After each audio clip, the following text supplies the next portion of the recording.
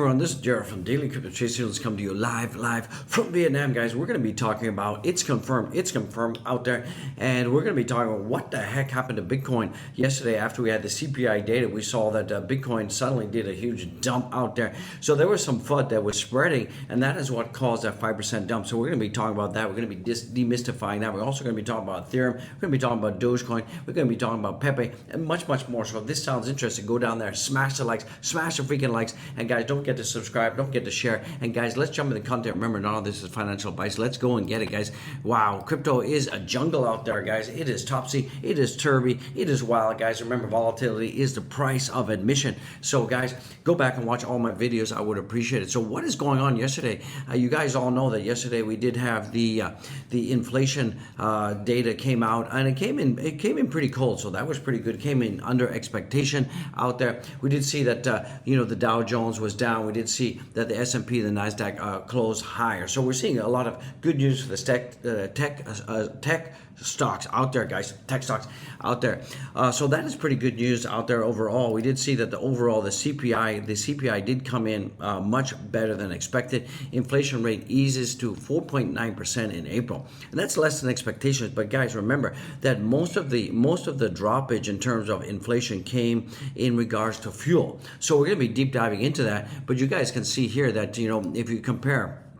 Let me get my face out of the way so you guys can see this. So if you guys compare what is going on, you can see that overall the biggest drops came in fuel oil in April, also energy services, and utility and gas pipe services. But overall, if you look at food, it went up. These kind of things, a lot of things did go up. Gasoline, all types. So gas went up. So, one of the biggest reasons that we did see the inflation rates go down was because of some of the big energy prices have gone down. However, things like medical care went up. Things like food went up. So, guys, if you're still at going to the supermarkets, you guys are all still feeling the crunch, the pinch out there, guys. So, keep in mind that what we're seeing in terms of inflation data, coming at 4.9%, that was lovely jubbly, but most of that was related to energy. But in terms of food going out, medical expenses, tuition, those things are still going up, guys. So you guys all know what I'm talking about. You guys are all feeling the pinch out there when it comes to inflation out there. So guys, and remember, interesting, we're seeing that consumers are turned to cards to keep spending. So we're seeing that right now. We're seeing, if you take a look at this chart, looks like revolving debit, mainly on credit cards, grew 17.6 billion in March. And that's a single most increase in a year. Wow. So what's going on right now is, a lot of people, they don't have enough money to cover their expenses. So they're using credit cards out there. According to Bloomberg, over 50% of Americans are unable to cover a surprise $400 expense without taking debit. Reliance on credit card debt with record high average interest rates of 25% is new normal for many out there. So a lot of people are using credit card. They're borrowing money on their credit cards, and they're just digging the hole deeper, guys. So we're seeing a lot of debt slaves out there, and that is all because of the economic situation. Macroeconomic data is making it harder and harder for people out there. So guys, something's going to give. Something's absolutely going to give. And guys, did you know that the percentage of who have more credit card debt than among the other emergency funds and savings? So we're seeing that Generation Z, 18 to 26, have about 38% credit card debt. We're seeing millennials, 27 to 42, have about 45% debt. Generation X, that is 43 to 58-year-old, are 44%, and baby boomers 25%. So in the U.S., 45% of all millennials right now have more credit card debt than savings. Wow. 44% of U.S. adults age 42 to 58% have more credit card debt than savings. So guys, what you got to do, don't live on credit. Do not live on credit. Reduce your expenses, live within your means, because otherwise you're going to be a debt slave forever, and you're gonna live poor and die poor, guys. So be careful with that. Absolutely be careful with that, guys. Do not use credit card, because you use a credit card, you're gonna get whacked with 25% interest payment. Just doesn't make sense. Does not make sense, guys. Say no if you don't need to buy it, guys. Say no if you don't need to buy it, you can't afford it, guys. So looks like good news is coming from the Fed. Looks like Fed expectations are shifting again after CPI inflation went down to 4.9%. So we could be seeing odds of additional rate hikes this year are down 15%. Keep in mind that the Fed has stuck by their 2% inflation target. So it looks like, based on the latest numbers that have come out, we could be seeing more rate decreases, not increases. That's going to be good. That's absolutely going to be good. That's going to fuel the markets, guys. So that is pretty good. And you're seeing here that, we have 4 weeks, 6 days, 17 hours before our next Fed rate hike.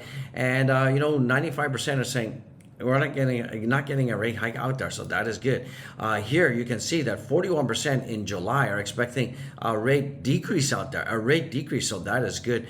If you look at September out there, we're seeing that 27% are also expecting a rate increase.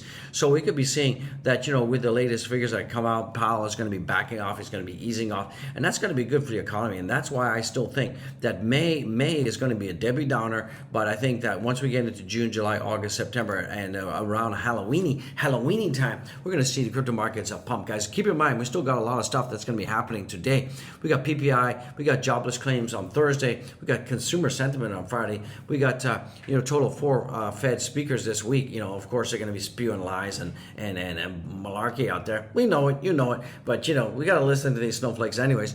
And then also too, we got the last of the big Q1 earnings are going to be coming out. So things should start to settle down for the balance of the month, and we should see a little bit of pumpage out there maybe after all of this all this macroeconomic talk right now. So guys, what happened yesterday? What freaking happened with Bitcoin? Because yesterday we did see that the CPI data did come out. That was fantastic. We did see crypto pump. Everything was going. Everything was happy. And then all of a sudden, out of nowhere, it's like it nearly knocked me off. He knocked me off my shoes. We did see almost like a 5%. Let me just change the chart. We saw like a 5% dump. Like what the heck happened? We saw like a 5% dump right here, bang. And people in my community were calling me, what was going on out there? Oh gee, what happened? Well, what happened? We went down like 5%. So what happened? I'm going to show you what happened. Okay, basically, there was this whole FUD. There's a whole FUD story of people blasting out that suddenly that the U.S. was selling their Bitcoin. They're spreading all this FUD, and basically it was market manipulation out there. So the market makers could wipe out all the longs. Okay, it was pure FUD. It was completely FUD. Somebody was spreading FUD. It caused retail investors to start dumping their Bitcoin out there. Not good news. And you can see, look, if you take a look at the Glassnode chart, you can see that there's no change. There's no decline. There's absolutely no freaking decline in terms of the U.S. Bitcoin balance out there. So it was just pure FUD. It was just pure bupkis out there. So guys, that's why you got to take everything with a grain of sand. And remember, often when we have big events like a CPI data, you will see more manipulation out there by the market makers out there, because they definitely want to wipe out a lot of the longs out there. So we did see a lot of the longs did get wrecked, they did get wreckety whack out there. So that was just FUD. That was all FUD. And you can see on the bright side, at least, this is from Will Command, on the bright side, at least the panic gave us a decent wipeout of leveraged longs. So we did see a ton of leveraged longs. They get wiped out. And you can see that, over $188 million worth of leverage long got wiped out. So interesting out there. So guys, don't believe everything you see. And remember, $86 million worth of Bitcoin leverage longs got wiped out. So that's what happened. We had this long squeeze. That's what pushed Bitcoin price down. But we did see Bitcoin, snap back, did recover a little bit, but we are going sideways. So there's a little bit of recovery out there, and then we're just going sideways. So we're still sitting just below our support of 27,872. I'm not worried about it. I'm not panicking out there. You shouldn't be panicking. You shouldn't be panicked at all. What's going on in terms of the transactions? So you are seeing that the unconfirmed transactions are getting less right now. We're seeing that the We're seeing the Bitcoin fees are getting back to normal. I mean, take a look at the high priority Bitcoin fees right now, down to $2.616, $2.16. Remember, at a high point, this was almost like $20 out there. So we're seeing that the ordinal craze out there, the BRC20 tokens, people are, they're kind of like the hype is gone. So there's going to be less transactions. So that's pretty good. That's absolutely pretty good news out there. You are seeing though that despite all of this FUD that went and the good CPI data, and remember, the good CPI data came out. Remember, Bitcoin started to pump, and suddenly there was FUD that the U.S. was selling. That caused a dump, guys. It was market makers. They were liquidating longs because it's insane. It's just insane. Do not leverage trade. You're also seeing that address balances, the shrimps out there with 0.01 BTC. Insane, guys. They're still going up. They're still hodling. Their conviction is strong, guys. So that is cool beans out there. We're also seeing that according to Bitcoin is gearing up for a parabolic rip, says Crypto Trader.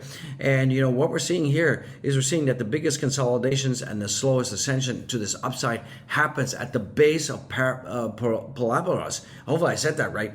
Parabolas out there. Don't expect these types of consolidations to occur. Once we start moving up to 30,000, 40,000, 50,000, it's going to be swift.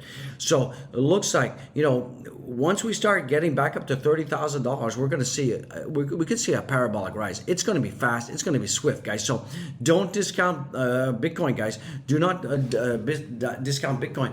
As we see more and more banking failures out there, we're going to see people looking for safe haven, guys. So that is cool beans out there. We're seeing that the BRC tokens ordinals are almost at $1 billion out there. People are still going nuts out there, but we're seeing less congestion on the network. So that is pretty good, guys. Keep in mind, this from Trader Tardigrade. I love Trader Tardigrade. Bitcoin rate of change, ROC, right now has been sitting below zero line for a year. Okay, it's been sitting below zero line for a year. This indicates that the whales have been accumulating, and it's coming to an end very soon. And when the whales accumulate, it means that we're gonna have a freaking bull run like crazy. There's gonna be less manipulation. And guys and gals, remember, yesterday was Wednesday, and keep in mind, when it comes to crypto markets, the witching hour is Wednesdays.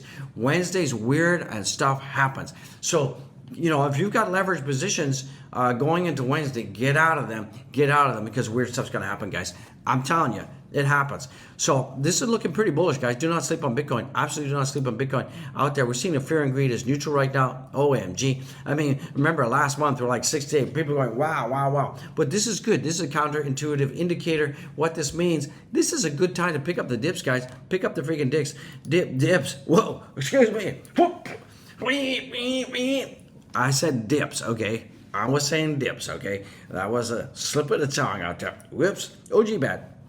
So we're seeing that overall the crypto markets are in the red again. I'm not too worried. We're going to have some sideways choppity chop for Bitcoin and most of crypto markets. We're just going to be going sideways, guys. That's what's going to happen. Get used to it. Live it, love it. We're still seeing that Bitcoin dollars has come down slightly. Ethereum dollars are pretty much unchanged. We're seeing Bitcoin right now is down 0.5%, getting hammered, and Ethereum is down as well. But we're going to be talking about Ethereum because we're seeing some really good news for Ethereum. We're seeing that Ethereum is becoming deflationary, and we're seeing a ton of Ethereum being burnt. And I'm going to tell you why a ton of Ethereum is being burnt. It's going to surprise you. It surprised me.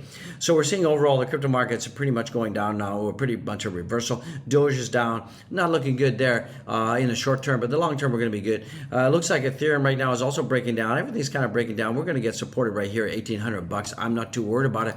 We're seeing that Ethereum validators are earning a ton of money right now. They've earned a record $46 million as staking rewards rate surges. Okay, and we're seeing that Ethereum staking rewards hit a record 8.6 post-merge, with validators earning $46 million in the first week of May, citing meme coin craziness.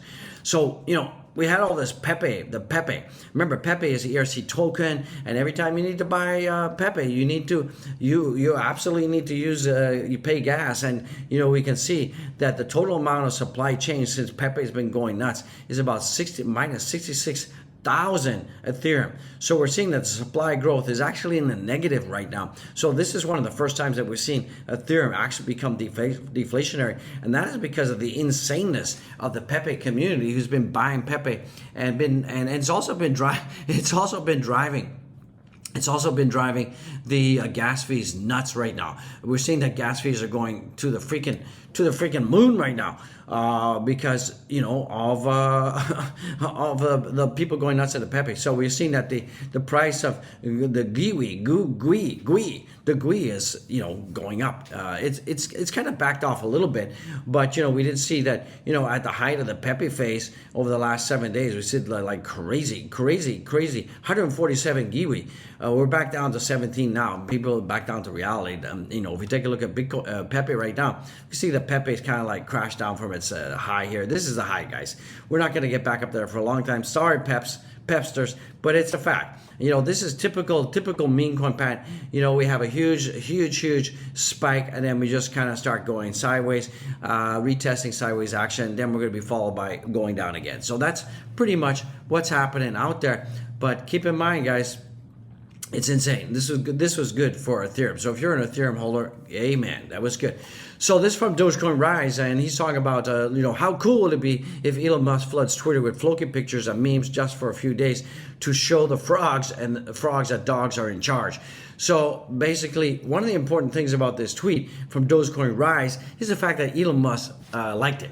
Elon Musk liked it. So, it just goes to show that Elon Musk is still supporting the Doge, still supporting the Shiba Inu out there. And looks like Elon Musk does not support frog meme tokens out there. Oh, yeah, brother. So we're seeing that Dogecoin is at 0.7422 right now. Interesting. We're seeing that the volume right now is $242 million worth, and we're seeing that right now, basically, majority of that in centralized exchanges, 241 million on centralized exchanges, and $1 million on dexes. Things like Uniswap, PancakeSwap, stuff like that, guys. So keep in mind, if you got your crypto on a centralized exchange, get it out of there. Remember, I did talk about yesterday where they had Bittrex file for Chapter 11 out there. So guys, get yourself a hardware wallet. I'm telling you, it's the best thing that you can do to keep safe and sleep well at night, guys. I'm freaking telling you, get it while you can. Also, be part of the conversation. I would appreciate it. So what's going on with Doge right now? So Doge right now is at 0.7422. It's up in the last 24 hours a little bit out there, so that's not too shabby out there. We are seeing that right now. We can see that if we take a look at this chart, remember different aggregators of price show different prices in terms of percentage. So right now we're at 0.72873 on Live Coin Watch, but however on CoinMarketCap we're seeing 0.742. This is just normal slippage from different exchanges, guys. Do not worry about it. But right now we're seeing that 0.7229 is where Dogecoin is right now on the 3-hour chart. As you can see here, we're just going sideways, and we're going to continue to go sideways for some time. But keep in mind, even though we had this dumpski out there, that was when basically we had the manipulation out there. We covered pretty fast, and we're just going sideways. So that's what's going to happen. We're going sideways. Chunka, crappy walk. It's pretty boring out there, but we can see that social mentions for Dogecoin are up 12% right now today, and social engagements are up as well. So it looks like Dogecoin is getting back in action.